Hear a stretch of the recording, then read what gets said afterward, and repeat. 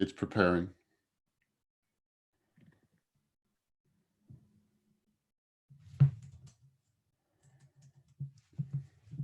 Good morning, Willem. How are you?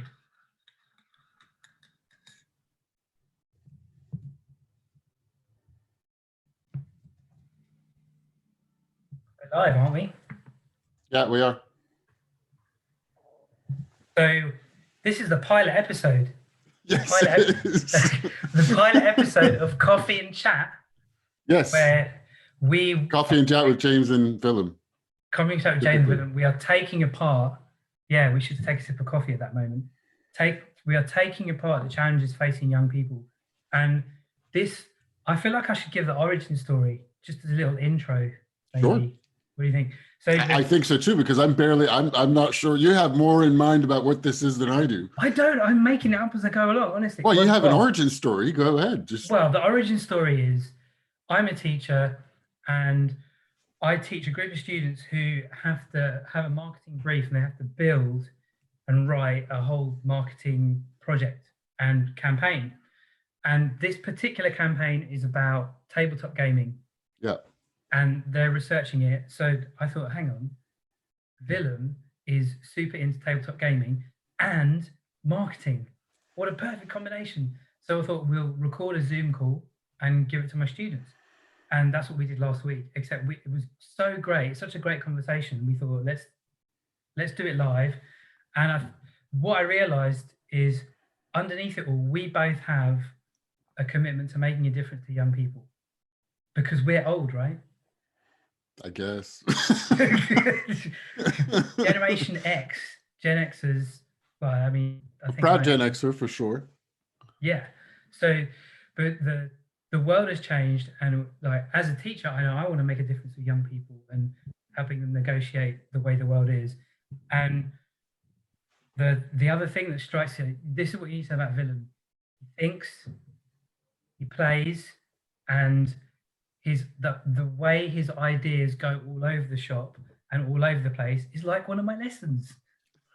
So that's what was so great about the conversation last week. We covered so much, but within this kind of vague topic of tabletop gaming.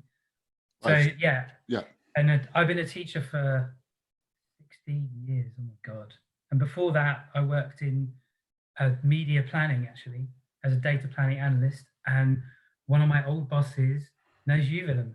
So why don't you introduce yourself, say a bit about you and sure. A version of that origin story. Yeah, so my name's Willem van der Horst. Oh yeah, we didn't change our name. It doesn't matter, it's just our names, it's fine. My name's Willem van der Horst. I am, by title, as James was saying, I work in marketing and advertising and branding as a brand strategist. So I call myself a Playful brand strategy consultant. Playful strategy is the thing I'm working on to develop. And the idea there, well, first what the job is. So, well, let's see, I'm already going on tangents. I have an international background. I was born in the States. I grew up in France. I am in Paris right now, where I moved back to last year after 15 years abroad. I've had the chance of working with some of the largest advertising agencies on some big global brands in Europe, based in London, in Asia, based in Singapore. I've also done the thing of traveling and working at the same time. So I spent like 2 years in Southeast Asia, a season in a scuba diving island, working mostly with small to medium companies and startups from my laptop. I have spent the last 3 years in the States. And also I got the chance of also working on brands over there. So I'm with big brands like, a lot of the stuff that you can find in a supermarket, anything from mosquito products to shampoos to Magnum ice cream, cars, so that's companies like Procter & Gamble, Unilever, SC Johnson. I've had the chance of working on Toyota and Lexus and all sorts of stuff. And now I am working as a consultant, mostly developing. I either freelance with agencies in the same capacity that I worked as a full-time employee before. And I'm also slowly working on developing workshops and content to help businesses work out what their brand is about, or how to communicate with their audience, or work out who their audience is. And that is a lot of the kind of job, is to act as an advisor with a lot of questions, problems, challenges, and opportunities businesses face. it's pretty wide reaching and a little bit vague, but I guess we'll just jump into a few different specific things as we go. Yeah, because the other Oh yeah, and I thing, have a podcast, and this is also new. My podcast and my business is called Ice Cream for Everyone, by the way. So you can go check out the podcast in which I talk to game designers and creative people in the creative marketing industry, and people who do my job as well in strategy, to find out a little bit more and really like dig in to their stories, the behind the scenes of who they are and how they got to where they are, rather than necessarily any kind of advice. So that's what it's about. And I'm just about to publish a new episode, and I'm working on a new series. And some of the stuff I'm passionate about is what you just said, is tabletop gaming, board games and role-playing games in particular. And I want to somehow keep working out how to mesh and introduce my love for role-playing games to people who work in creative industries, marketing and advertising, and communications at large, and introduce more people to tabletop gaming, basically. I didn't actually know that was what. Yeah, no, I didn't actually know that was the meshing of the two areas was what the podcast was about.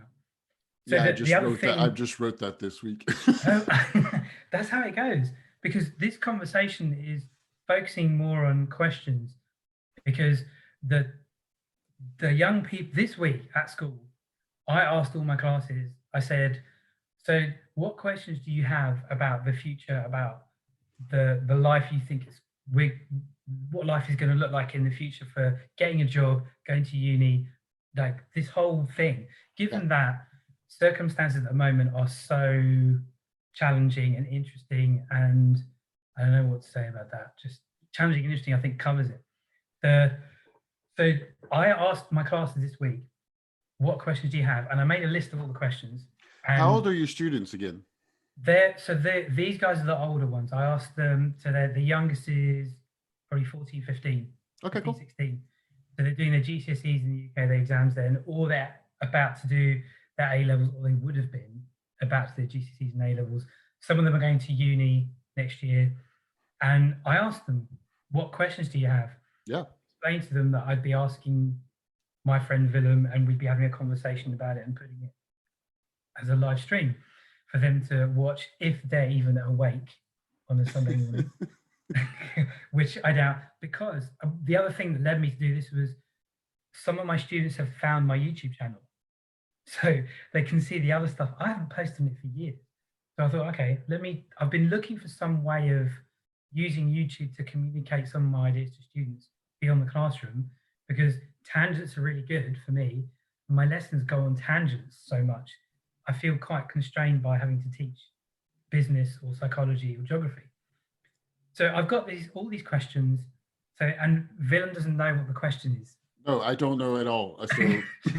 But it's honestly, this question I'm about to ask came from a student.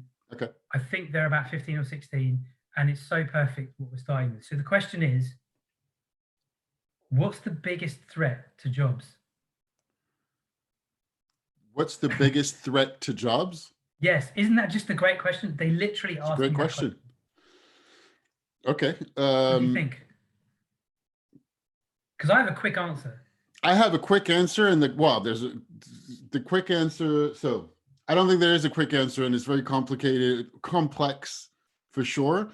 But where I want to go immediately is a person I really like, and to go to his kind of thoughts, and that's Yuval Noah Harari, Professor Harari, and his book Sapiens. And you can find his talks everywhere. But I just finished 21 Lessons for the 21st Century. And I think the biggest threat to jobs is automation and irrelevance. Irrelevance? The biggest, you could take that question in many different ways, right? Yeah. The first one that I'd like to pull apart is, why jobs? It's like, why would you be concerned whether there are jobs, and why would you be concerned whether they're under threat? Unless you already have one, and you've already had one for a while, and you don't particularly want to lose it, which is understandable. And in the case of a lot of different people, and there's a lot of people that have had to face losing it right now. Or the other case is you have a very big company with a lot of jobs, and you need people to do those, but you are also the first person or the first committee or board interested in, we can get it done by robots. Awesome. But that's a young person. See, that's interesting. So it's a Yeah. younger person thinking, oh, okay, I have to go to school, Yep. maybe go to uni, then Yep. get a job. That's how Yeah. you do life. That's And you've just how you do life. destroyed I mean, all of that. I wasn't raised that way. But You it is weren't? well, no, not particularly. No, not really. I was.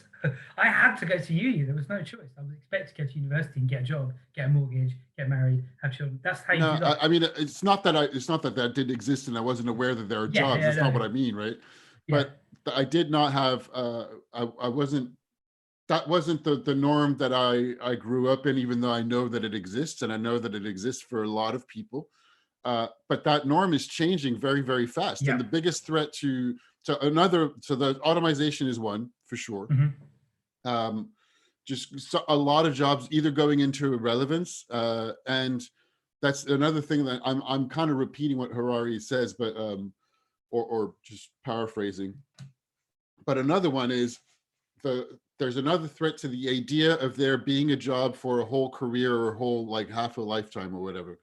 And that's a number of factors that go into that. One of them is the general expectation of age is just going a lot. We're just growing a lot older, and changes are going to. One thing that is almost certain is change is only going to be accelerating. Unexpected crises are only going to be accelerating, and that's going to change a lot of different things. So, whatever job you have is it's probably almost necessarily going to change. You can't expect it to stay this way.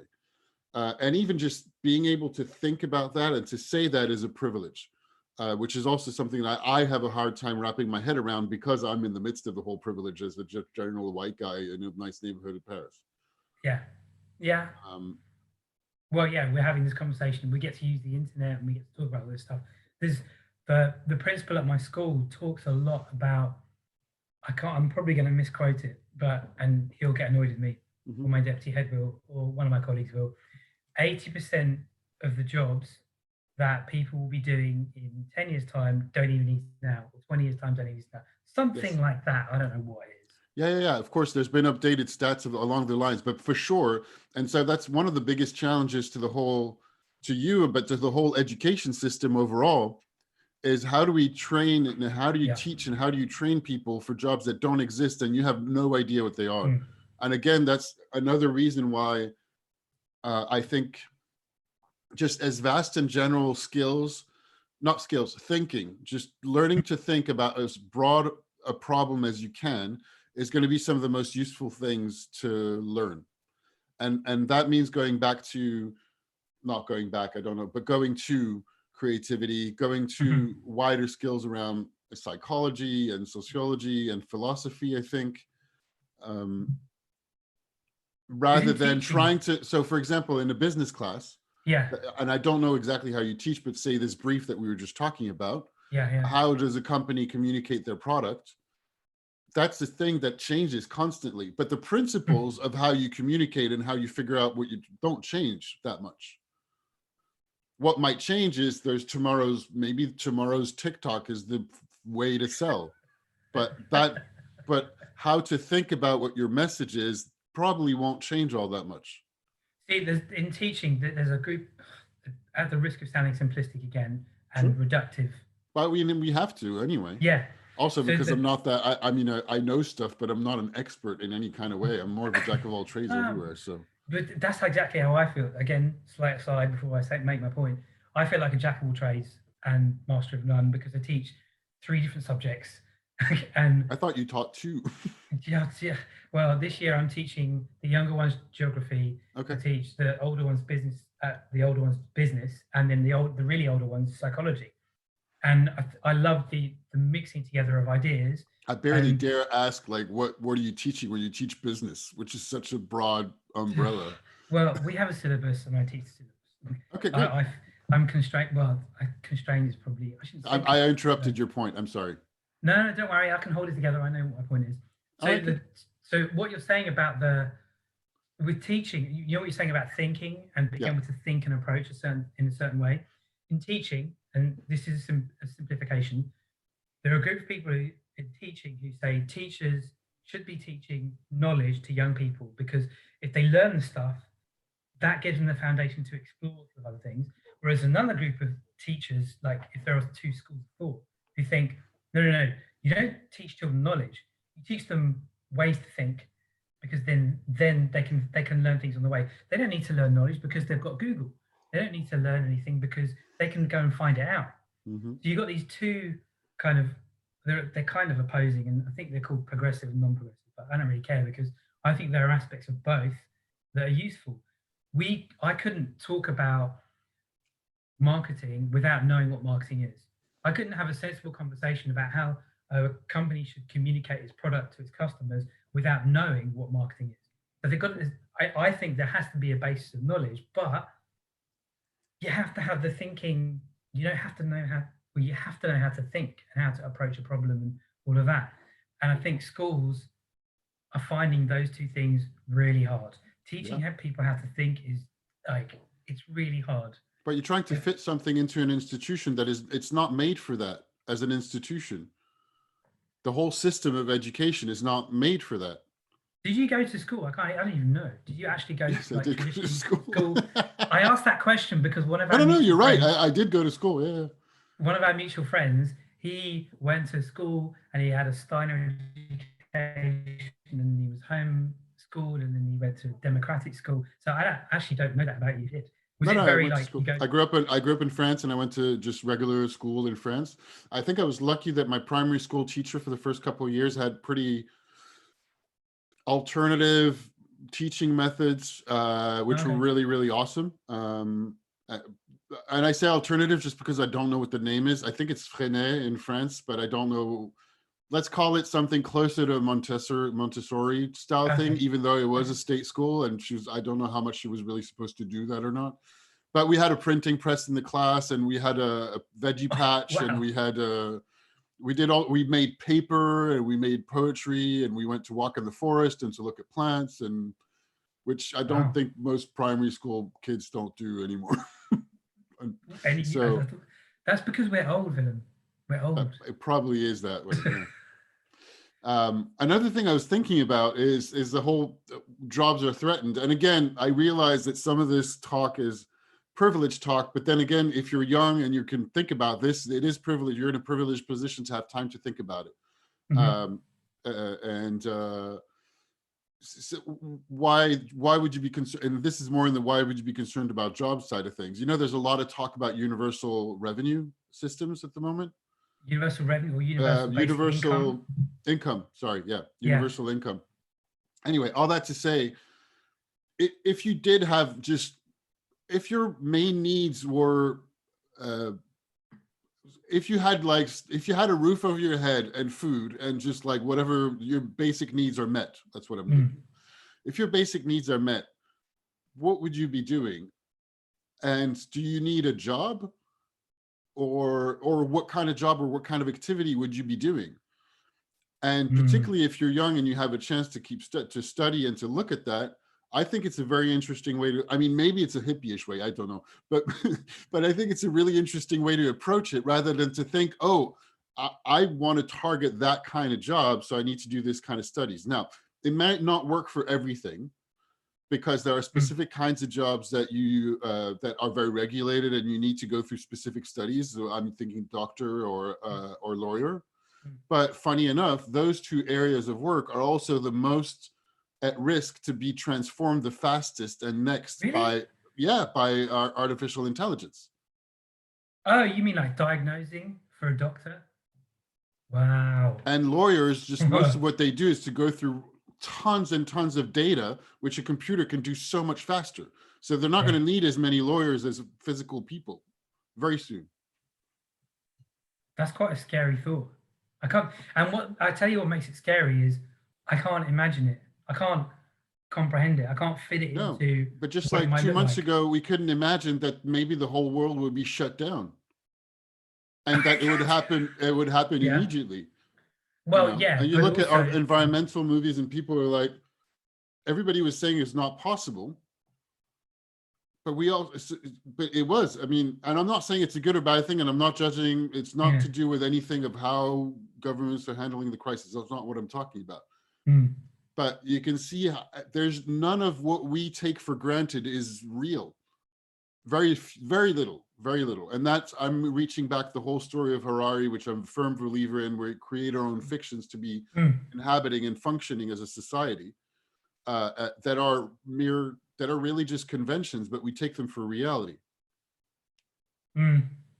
Sapiens is a great book for that, really. Yeah, like, no, it was, and I really like it. It's funny, the French don't seem, some of the French don't seem to. Somebody sent me a critic of the book, and yeah, they just like destroyed it like, at all. It's still a bestseller. It's like sold everywhere, right?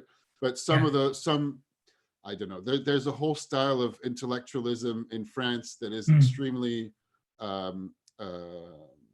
Cartesian. It's from Descartes, so it's very practical, I guess. Well, or anyway, at the very least, elitist, and not very much on anything to do with well-being. So anything to do with closer or further to anything that could be tacked on to thinking, to well-being, to meditation, to personal development is hugely just like criticized. They don't like that at all. And if it doesn't come from a very big school, it's like not to be taken seriously. Okay. Why? I don't know. That's a whole other topic. I'm starting to get interested in this. I think it's just snobism, but I'm not sure. Could be. I mean, the it's whole just a whole thing school. really... It's a whole school of thought that comes out of. I'm not sure, but it's an undercurrent and trend within French culture. Because there's definitely a big class thing in the UK, in England. Yeah. Like, you know, you look at how many of our prime ministers went to Eton and then Oxbridge or all of that. It's like, it is. There was also that great website. I don't think I sent it to you. Somebody has done a side-scrolling website with one pixel representing $1,000, and then they show different things like the lifetime income of an American, and then they show Jeff Bezos's wealth, 138 billion, with one pixel represented $1,000, and you scroll and it scrolls and it scrolls, and it's such a great visual representation of how much wealth he actually has. It's and ludicrous. And also, but those things are good because they're just, our brains are too small to comprehend the complexities of the world right now. Yes. And those kinds of numbers, and even just everything to do with the crisis, which is why it's easy to doubt a lot of things. Yes. You can't comprehend how rich Jeff Bezos is. Even just going through that website, scrolling for a while, I probably would be like, I don't understand what this is about anymore. Yeah, I can only imagine. Well, you know what helped actually me get my head around it is our mutual friend that I mentioned earlier, Adam. He said to me, "Or like, ask Alexa, how long is a million seconds, and then how long is a billion seconds, and then how long is a trillion seconds." And when you hear the answers to that, it made it real for me in a way that I could go, "Holy moly, that is a lot." And I think maybe that's a big threat to jobs, the inequality. It is completely. The concentration of power and money in such a tiny. Yeah, absolutely. Yeah, absolutely. Because when I say in my classes, one of the things I go on about, like I like to draw. There was one point where I filled the board with hashtags, and it got me in trouble, but I'm not going to say how. But I would put things like, one of my commonest ones is hashtag money doesn't make you happy. And without fail, every single business class that I've taught for I don't know how many years says, yes, it does. Now, it's partly they're young, they're teenagers. But the other one I put up is tax the rich. Tax the rich. And without fail, of course, I teach in a private school in Surrey, a very nice area with, you know, the parents and the young people are brought up in a particular way. So when I say tax the rich, they're very much like, no, you can't tax the rich. Those people have worked really hard to get their money. You can't do that. That's do really kids bad. In your class say don't tax the rich? Yes, they do.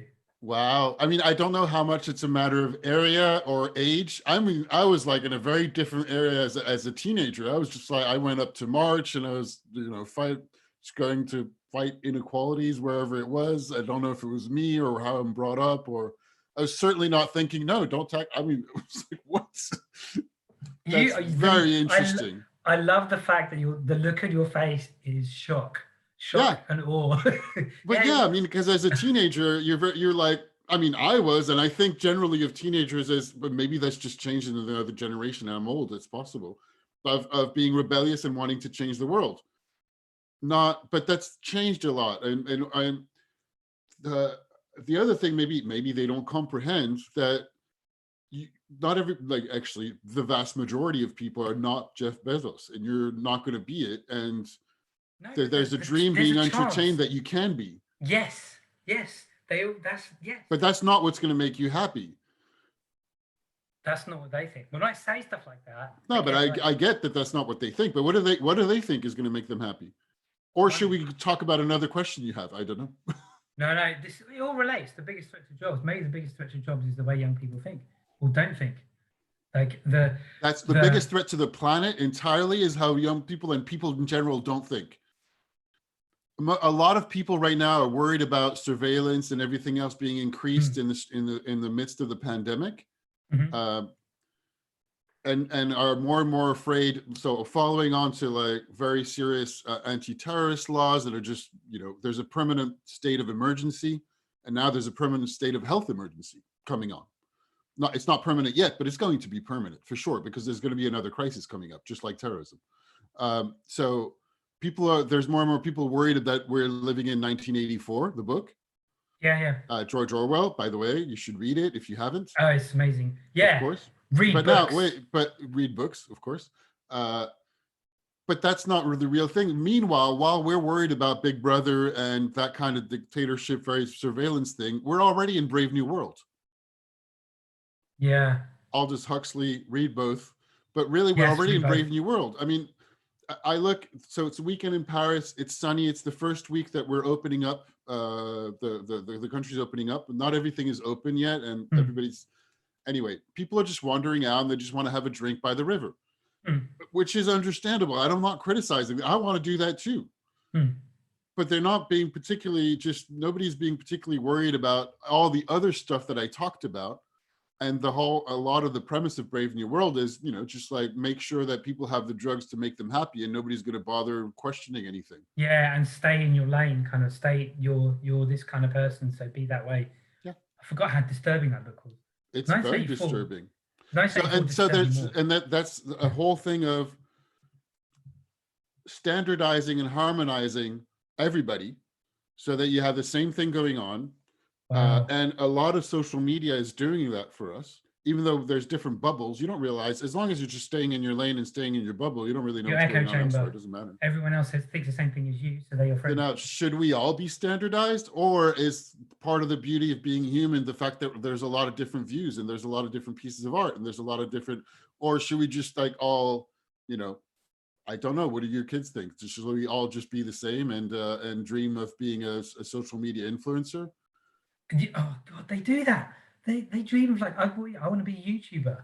Oh my God. Sure. Like, I mean, there's nothing wrong with that necessarily, but you also don't know what's going on in people's heads who are YouTubers and how difficult it is to make money out of that. And as long as your strategy is to make money off of advertising on YouTube, you're failing, because the people you're making richer are YouTube first. And you're getting the scraps. Yeah. Well, I think that, and nothing wrong. We're streaming this on YouTube as well, and if ever I can get revenue from YouTube, great. I'll be very happy. But but the difference. But it's not the goal in life, and it's not the end all, and it's not the way to be happy or to. I mean, I can't say it's not a way to live a life. Why not? There's nothing wrong with it, and I think it's fantastic as a self-expression to be able to do that kind of thing. It's awesome. But there is a whole amount, if not everything, of the way that we're reflected on social media that is just a reflection. It's just only a part of life that we're showing and sometimes curating. Yeah, if not all the time curating. And part of I think we talked about this a little bit, and this is taking us on a different direction again. But part of the tricky, dangerous stuff that goes on is we have so much more opportunity to compare ourselves to everything we're seeing on social media that we didn't have when we were growing up all that much. We could compare ourselves to the rich kid living here and the poor kid living there, but not to every single TV. possible, and TV, to TV every with single 3 possible channels. imaginable thing that's going on. And so I'm constantly, if I look at what's going on my YouTube or Twitter or whatever, I'm like, oh my God, there's this other consultant that I know. He's so much more successful than I am. What he does is so much smarter, so much better. Oh my God, these other people are going on vacation all the time. It's amazing. I'm not doing that. What am I doing with my life? Why am I such a failure? Blah, blah, blah, blah. It's just like the internal dialogue goes nuts. But I think the difference is, you said it really well. I think that some of the younger people think that it looks great and having the money is great and that's it. They're not necessarily beginning, and maybe it's a maturity thing, I don't know, but some of them are definitely thinking in terms of, oh, to do that career, I need to do this subject at uni, or to get a job in that area, I need to do this subject at uni, I need to study like this and get these grades. It's very, very linear. Yep. They're not thinking in terms of, well, if I do these subjects or I understand these subjects, that means I can go here, there, wherever. I can explore as a way of exploring and discover what I could do and discover a way of providing value to someone and then getting paid for it. But that's a very, very, that's not the way schools are. No, that's not the way schools are constructed. And schools are constructed in a linear fashion where you go from A to C to that degree in that direction. So everybody is formatted to think in those ways that you just explained, which is, I'm aiming for this, so I've got to do this plus this and this step, and then I'll get there. Except that it doesn't work that way. So when you don't get there, you get disappointed and resentful of the whole system. It doesn't necessarily work that way. Yeah. And then you just get disappointed about, I don't know, life and everything. And so, there are disappointments in life anyway, for sure. That's part of it, right? But the hyper reality of social media, like, multiplies that exponentially, that disappointment and resentment. I've experienced that. I do the same thing, like compare. I mean, yeah, you said it again, the opportunities to compare, the ways to compare there's so many. Yeah. It's really easy. And the only kind of safety net I've found, and it's kind of the same that is advised by Harari altogether, and he talks about that very well on, for us not to be hacked, because that's what's going on. All the social media and everything else, the algorithms are hacking the human mind and doing it very well. And that doesn't mean they know what you're thinking personally, because they don't need to. They just need to be able to nudge a tiny fraction of a large portion of people to be able to better sell advertising or whatever it is they're trying to do. You used the phrase nudge there. I think you should explain that. Sure. Because I love that. It's a book, isn't it? Nudge. Yeah, it is. I haven't read the book, but please talk about if you want to talk about that idea, you can, but I've not read I should read the book, but I haven't read it. It's a great book. I've read the book. I read it a few years ago. So I read a few of those books about behavioral economics. If I could go back and do uni again, I would do behavioral economics. Psychology and economics together. Economics is like my favorite subject, which I don't get to teach, which I'm a little bit annoyed about. But that idea of nudging people, I can't remember who I was talking to this about, but I was saying that the little changes, totalitarianism, like that little, it's creeping. And I'm sure I heard Harari talk on Radio 4, and he said that there's an opportunity now for people to hold governments to account, and it's a bit of a stark choice. I suppose the way we can do that to avoid that descent or into totalitarianism is people thinking. Yeah, and that's a tough one, man. And he says, and I completely agree, that now is the time to really be aware of what's going on politically, except that most people just want to go for a drink. They don't care. Not that they don't care, but, and it's also tough. Like, I'm reading a bunch of stuff and I'm like, what does that mean? What can I do exactly? I'm not sure. Yeah, well, maybe that is the biggest threat to jobs. And I didn't finish my previous point, which was the only thing I know to do is to get to better know yourself. And there's a variety of ways to do that. But we can go into the ways, but so glad that you said that. And as a teenager, when you're young, you don't know who you are and you're figuring it out. But all the more reason to start looking at the ways to better know yourself as you're developing who you are. Now, the reason that I think I'm so glad, I've actually got like the hairs on the back of my neck and I've got slight goose pimples that you said that, because I say the same thing in school, that the best way to discover to get a job or to think about uni or to think about life is know self-awareness. Mhm. Self-awareness is the best thing that I call it. I think I've said it's the best weapon, because a lot of the time the pupils will ask me, I don't know what to do. Should I choose this subject or that subject? What should I do for my A levels? I'm not sure what I want to do at uni. Should I go to uni? All of those questions. And I come back to self-awareness. Knowing yourself is the best thing. So I'm really glad you said that. I'm really glad you said that. And that's the only thing that hedges me. So the times when, and that happens to me, right? The times when I sometimes look, as I said earlier, and I look at another person doing the same job I do, and I'm like, oh, they're so successful. And then it allows me to snap out of it and to go, wait, and to take a little bit of a step back. Not all the time, and it doesn't prevent, just feeling bad sometimes or whatever. But in that case, I specifically remember one time last year when I was like, wait a minute.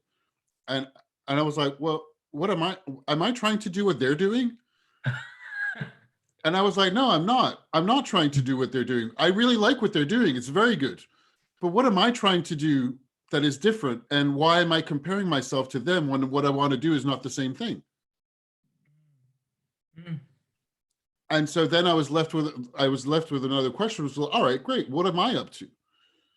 Which I didn't necessarily have an immediate answer to, but it snapped me out of comparing myself and feeling bad when I was looking at somebody else's seeming success. I'll say seeming because I have no idea what's going on in their head. Maybe they're thinking they're not successful enough compared to whatever their targets are, or maybe they're not happy. I have no idea. And in school, it's comparison based. Everyone's comparing themselves with the other person, the grade they've got, comparing themselves with their target grade, with what they want to get, the whole thing. And it takes there's away a lot that of sense pressure. Of who you are. There's a lot of pressure. There's peer pressure. There's pressure from parents and family. There's pressure from, I don't know, go figure, like, I don't know, like all the different kinds of, there's tons. It's difficult. It's a really difficult time. I do not envy being a teenager. I don't want to be a teenager again. I had a lot of fun, but when I look at teenagers, I'm like, yeah, okay, I'm fine now. I don't need to do that again. I felt that too. Like, I wouldn't want to be a teenager now. The pace, even like, so one of the things I've been doing during lockdown with my wife is building Lego. Oh, that's super cool.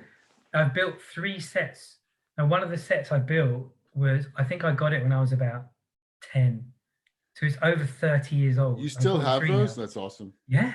So I've moved around too much. I don't have a lot of that stuff. So then we've been building bigger sets together, but there's something about that. What kind of set was it? It was a car. It was a red dune buggy car with suspension on the back. I remember rolling it up and down the carpet with my dad. My dad was also rolling it back. He was on all fours. We were rolling the car around on the floor. There was no TV. There was no mobile phones. There was no internet. Well, there was TV, but like 3 channels. And when I've told the kids 3 channels, I remember when Channel 4 was launched. They can't imagine it. But that world and that willingness. Okay, so I'm going to. Do we have another question? Let's no. How many questions? Well, no, it doesn't matter. Going. Yeah, it doesn't matter. I think we'll just pick one question. But this is something I mentioned to you. Something I mentioned to one of my colleagues. That idea of tinkering, and playing around with things, and that ability to think, and so to loop it back to the question, the biggest threat to jobs and one of the ways of dealing with it, self-awareness and developing your thinking skills, critical thinking skills, reading books, listening to other people, going deep into something, allowing yourself to get into something.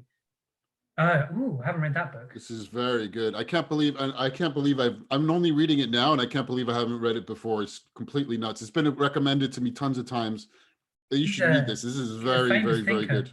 Yeah, famous thinker and famous thinker of I don't know how to say it. Pedagogy. It's la pédagogie. It's pedagogy. Study of teaching. Yeah, it's the study of teaching. That's what it's about. It's very, very good. Oh, I'll have to have a look at that. Yeah. But I'm reading this as well. Recommended by Adam. That's a great book. Yeah, that's great. I think the other one's better. Also reading this, but that's. Can't remember. This is a whole different thing. This is political French. My brother gave it to me. This is That's talking. great. This is talking about. This is talking about how we should. Population should take over creating our own constitution. And what if we organized our society from the bottom up, so that we have a strong foundation, rather than looking to somebody to elect somebody at the top and hope that they do the best possible. So in short, I mean, I'm only at the beginning of this one, but he's like, well, you know, we organize elections into democracy and hope that one person is going to deal with everything. And it's like starting it to build a house by putting the roof together, which doesn't really work. That's true. That playbook, Stuart Brown, I think the other guy whose name I can't remember wrote a much better book about play. I can see his face. He's written on Psychology Today. He's written about unschooling. I can't remember his name. You have to send it to me because I need to read that too. I mean, I want to read that. But yes, playing around and tinkering and thinking about different things in different ways. I mean, I'm big partisan of that for sure. Yeah, me too. And the story I was going to mention was that yes, at school, I grew up playing with Lego, and I remember having my computer. I tell the kids this; they can't imagine it. My computer was 64K of memory, and then I had to explain how much 64K is a meg. No, I was Amstrad. My dad bought an Amstrad with a tape cassette thing to load the games, but typing in programs in BASIC into that to get, you know, all of that, and then the line wouldn't work, or like following Lego instructions. Why isn't this working? Oh, I'll turn it around and whatever. That approach to trying lots of different ways of doing things. The younger ones I teach, so they're like 11, 12, 13. I will set a homework and I'll say, attach the file, just upload the file to this, you know, and then I'll mark it. How do you upload the file? Well, how do I attach the file? They don't know how to do it. They can use Instagram, Snapchat, whatever it is, but they know how to attach a file on a computer. Or like we're using Microsoft Teams, which I have to say is pretty good. Okay. And a lot of the time in the video lesson, I'm explaining how to do something. So go to the class notebook. Where's that? Well, there's a tab on the top, click class notebook, and then open it in a browser. How do I do that? Well, when you click it, like, and they're all things that I've learned instinctively from growing up with computers and seeing how technology has changed. Whereas they've come in, the internet, computers, that whole design thing is fully developed and they're just using it. So my current comment I'm saying to people is that Apple has spoiled young people because they use an Apple iPhone. I don't like Apple. You use Android as well, don't you? Yeah. You Android. I mean, but I have a MacBook. So I'm a hybrid. I'm just giving my info to everybody. I tried Apple MacBook. I've gone back to Windows, but maybe I should go back to Windows one day. I don't know. The flexibility, I prefer it. So you get an Apple iPhone, young people, they get an Apple iPhone, it just works. They don't have to discover and try a million different ways to get things to work. They have that problem solving way of doing things they don't have. So, and it shocked me at first that they didn't upload a file or know how to attach it to email or access the OneDrive and the cloud and all of that. Oh, you have to download the file before you attach it. How do I do that? Yeah, they don't know that. No, because they never. No, but all those big companies talking about Jeff Bezos and everybody else. How do you? I mean, they're rich in. It's funny, actually. I'm thinking this right now, but you know, in certain ways, society and businesses have gone back to the idea of medieval times where architects were organized around Freemasons because they had to keep their secrets from people, the secrets of building stuff. So in the same way, there's garden and walled gates. And everything's organized so that it's very, very easy for you to do everything, but the knowledge is kept within and secret. It's not secret. You can go find out about it because you can find out about all the knowledge. But if we make it so that you don't need to, you can just like use your app. So it's like playfully done together. You don't understand what is happening when you open an app and where files are, and everything is kept within their walled garden. You have to go back to Apple or to Google or to whatever. And like we briefly talked about that yesterday. And I said, yeah, we did. You know, cars are the same way, in which there used to be an engine and people used to tinker with engines. It was not so much my thing, but a lot of people did that. Now you open a car, it's all electronics and it's closed off just like a computer is, and you can't touch anything. it's just like it's all covered up. You don't have access to the engine in the way that you used to. So then younger people don't get the opportunity to tinker and play and develop their skills and thinking in a way that maybe other generations did. Yeah, and I don't know, but I certainly would encourage young people and parents, if they're listening, to be doing that. And again, I realize even saying this, that it's a very privileged position to be able to have the time or the space or the thought to do that. Because a lot of people, kids and families, are just under a huge amount of pressure, just going to the job, making enough money to make food, to come and clean, and it's just exhausting. And the vast majority of people are in this situation. Another reason why, and actually not all the teenagers have time for this, but it's certainly, if you're lucky enough to have that time as a teenager and play around, then take some of it to think to do that. Because a lot of other teenagers have to, I don't know, clean the house and cook and take care of the younger siblings or whatever. There's a lot of that going on too. So you're saying take the time to play or absorb? Certainly I would say take the time to play, that's for sure. But take time to play and take time to think about, like, how can I find out more about who I am and who I'm becoming? And ideally, I think the education system, most of the systems count on or hope that parents are going to do that. Yeah. Which is not always the case. And parents are busy because they're trying to make ends meet.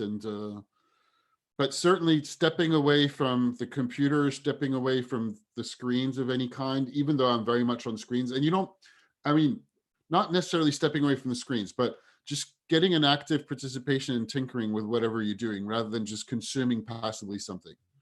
So there's two other things that I'd want to add to that. One is that I read Deep Work by Cal Newport. Yeah, I have it. I haven't read it yet. It's really good. I heard it was really good. It's really good. And he talks about getting good at learning difficult things quickly. And so many, certainly a lot in school, but certainly with people I know and my friends, we want to get good at something, but we want to get good at things quickly, but we're not willing to be terrible. And and I know this from martial arts practice, from playing guitar, like being willing to be terrible is how I get good. Being willing to struggle, the struggle of trying to get my head around it is how I get really good at it. And in some of my video lessons, I've had parents in the lesson with me, and they're not on video, but like I've heard parents in this. So I started joking about and saying, so I might interact with a pupil and say, like, me questioning you're helping everybody, because everybody's listening, and any parents that are on the lesson with me, you're getting to learn as well. So but the parents are not willing to let them struggle, and as a process of learning. So Deep Work, he talks a lot about the getting good at learning difficult things quickly, really important, and he lays out a whole way of doing that. And the other thing is, which I think loops back to why we started this live stream and the question about what's the biggest threat to jobs. Another way, apart from knowing yourself, is mentors. A couple of things that made a huge difference to me in my career in changing from working in marketing to be a teacher is having brilliant mentors and then being like a sponge around them. I shared an office for 3 or 4 years with the previous deputy head of the school, and his brain was amazing. And he informally, he was my mentor. And like, he actually mentored me when I was a training teacher for like a term. And I learned so much from him. I just sucked it all up about his approach, and I put my own spin on it. And so much of how I am and the way I am as a teacher is from his ideas. And I think finding great mentors is another way, and listening to them and learning from them and taking their own ideas for yourself is another way of exploring and learning about yourself and your possible career and into the future. Who are your mentors? Have you had any great mentors that stood out for you? Sure. Just one, before I answer, one small thing as we're getting towards the end of this thing. I know. I just realized that I'm not recording the audio and the video. We're still live on YouTube, presumably, but I closed all my tabs, so I have no idea what's going on. But I think there might be people watching us. There might not. I have no idea. I don't know if I've enabled or disabled the comments in the chat, so there might be people chatting, and I have no idea. Well, we when we were testing for this, we did try looking at the video live as well as being on this Zoom call, Yeah, which doesn't work. You can't do it. It got too trippy. Yeah. Too complicated. So does that mean we don't have a recording of this? So I had forgotten that I could. So I wanted to record. So through Zoom, which we're having a call through, and there's going to be the logo on YouTube. We can't do much about that right now. I was planning to record it. Yeah. In addition to on my computer locally, so that we had the audio and the video of it, but I'm not doing that. So it's streaming live. It will be on YouTube, presumably, if it all works. but I don't have a local recording because I was like, oh, maybe I can use the video or use the audio for my podcast or something else. But it's the pilot. We can see how that worked out. Yeah, it's the pilot episode, the origin story. Yeah. We don't know if we're going to get funding to do an entire season, but you know. Having just discovered Community. Oh I can't believe you only just discovered Community. You're in for a treat. It's so good. It's really bad because I'm such a massive Rick and Morty fan. And no, but it's okay. It's great. It's great that you're seeing it now. It's such a fantastic show. It has. I've been rewatching it since the beginning of the year, and even I discovered it late. I watched it in 2012. 3 years. It was the third season. I was like, how have I not discovered this thing before? But it goes very weird and bad at some point because Dan Harmon left, and there's, you know, Rick and Morty is still amazing. I mean, so good. I can't wait to see the new episodes. Did you see that it's created some like controversy around the last episode that just aired last week? Apparently, they went too far for one of the jokes. They made jokes about Pearl Harbor or 9/11. Somehow, I haven't seen it.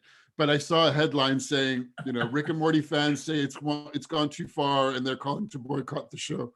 No, they're just stupid fanboys. It can never go too far. That's the whole point of the show. Well, it's just like clickbaiting headlines. To answer your question, mentors, yes, absolutely. Yes. First thing is like surround yourself and find great people altogether. Yeah. And I've said this, I've made myself available for coffees and chats for graduate students and people looking for jobs or freelancers during the time of, so people looking for jobs in my area in strategy and marketing and advertising. So I've had conversations along the same lines, and I've said the same thing, and this works for any kind of area. Yeah. Now, when you're looking for a job or whenever you're ready and you're interviewing and stuff like that, the most important thing is to ideally, if you have an ideal situation, the most important is to try to find a great person who's going to teach you a lot of great things. Yeah. Now, it's very difficult to figure that out in 1 or 2 interviews. And sometimes you just have an opportunity and you have to take it because it's an opportunity for a job. Now, and who were my mentors? I was lucky that some of the reasons I'm trying to make time for people is one, I believe in it, and people who are generous with their time allowed me to get to where I am and to train in the jobs I've had. And I really deeply believe in that kind of thing for sure. So I just like give my time and listening to anybody who asks me as much as I can. And so let's see, mentors. And there's been a lot of people along the way because I've changed careers like 4 times. So while my first kind of proper career job when I was training to do design work, and after I dropped out of university because I was just like doing odd jobs and I just got bored with it. And the French academic, very theoretical way, it was not really working out for me. And I started working in a bar and I thought it was a lot more interesting and I was making some money. And then I was struggling through the end of my degree that I never actually finished. I was studying art and cinema actually, which I'm looking now at maybe finishing that. But anyway, I worked in a bookstore and then I went back to school, but doing part-time school, part-time work. And that really worked for me. It was a lot more practical. And in that job, I was working with a dude called Francois, who I heard still has the same job. And so he taught me, and he was self-taught in graphic design and computer graphics and doing 3D design, working for the small events marketing agency. And what we were doing was the 3D presentation, so if you go to a big conference, you have companies have exhibition booths that are branded and sometimes have all sorts of fancy stuff. So we would design that in 3D to sell the projects to clients. Oh, okay. And we also did some just quite simple, I mean, not simple, but we did office space office interiors. So we were designing the office interior before it was redesigned. So he was somebody who taught me a lot, and I'm counting him definitely as a mentor, and I hadn't thought about him for a while. But I've been lucky to have people like that. There's one person who I also interviewed for my podcast called George Nemo, and George was, when I transitioned to look for a job in strategy and advertising, he's the one who gave me a shot. And wow, yeah, you need that one person to give you a shot. Yeah, it's amazing what a difference that makes. Yeah, and he has a fantastic, like really fascinating story of having been in digital marketing during the first .com bubble and burst, and yet he was working for big newspapers doing setting up the first advertising and digital side and the first website, I think for the New York Times, if I remember correctly. I might be misquoting that, but wow. And now he has his own agency. He's based in Vienna, Austria, and I went to see him a few years ago, and we recorded that conversation that we had for the podcast, which was really a lot of fun. Then I'm just like, this is a dipstick. There's another person who I interviewed also for my podcast. No, actually, there's a bunch of people a lot of the people I talked to from my podcast were somehow influential.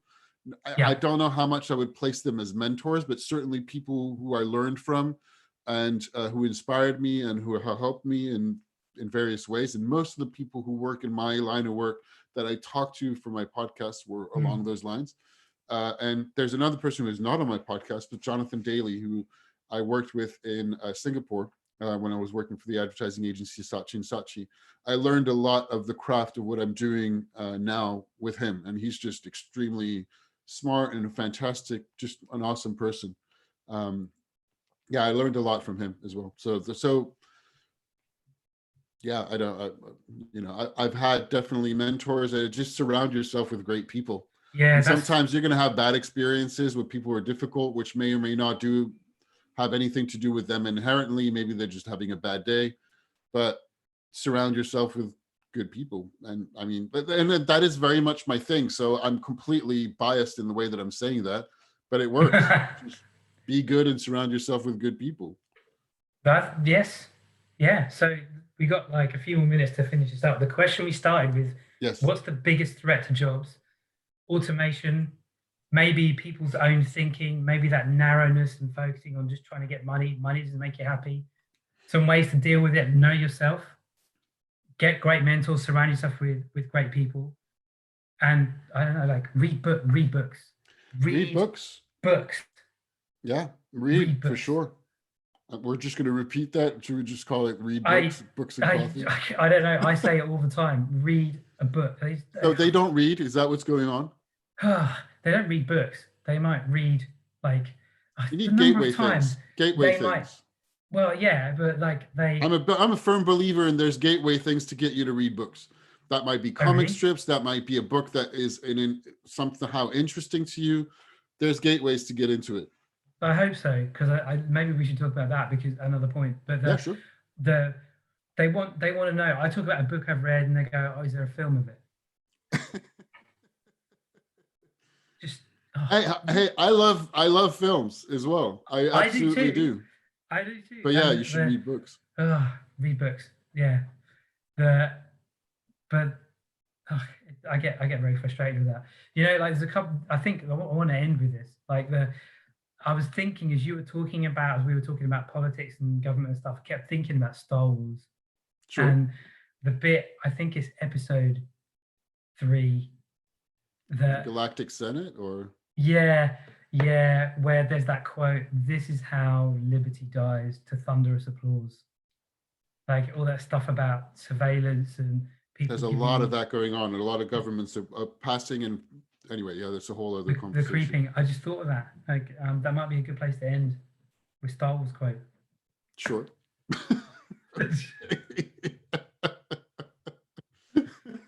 We'll see.